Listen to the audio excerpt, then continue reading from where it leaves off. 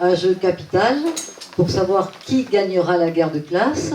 On peut jouer à 4 ou 5 à ce jeu, et vous verrez, c'est toute notre sociologie qui s'apprend comme ça dans l'affection familiale, dans les rivalités entre dominants et dominés. Et voilà, on espère que c'est une façon pour nous, une façon de plus qu'on a mis au point avec La Ville Brûle, et puis notre dessinateur Étienne Lécroart. Donc c'est un jeu qui est poilant, qui est amusant, et qui, j'espère, sera efficace pour bien faire passer le message que l'on est dans une guerre de classe que mènent les plus riches contre le reste de la société, une petite oligarchie de 1%. Ça paraît comme un roman marxiste du 19e siècle, mais je suis désolée, c'est comme ça, tous les jours, on nous sert cette soupe-là, c'est-à-dire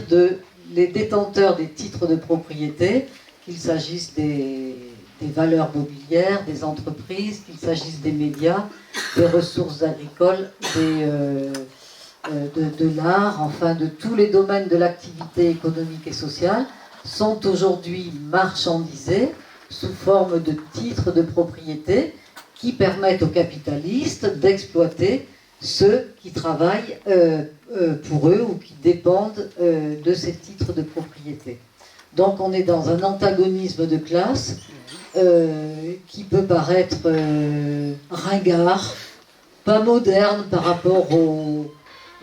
Macron qui se prétend dans le progrès et l'avancée en marche tous ensemble. Eh bien non, c'est au contraire le grand bond en arrière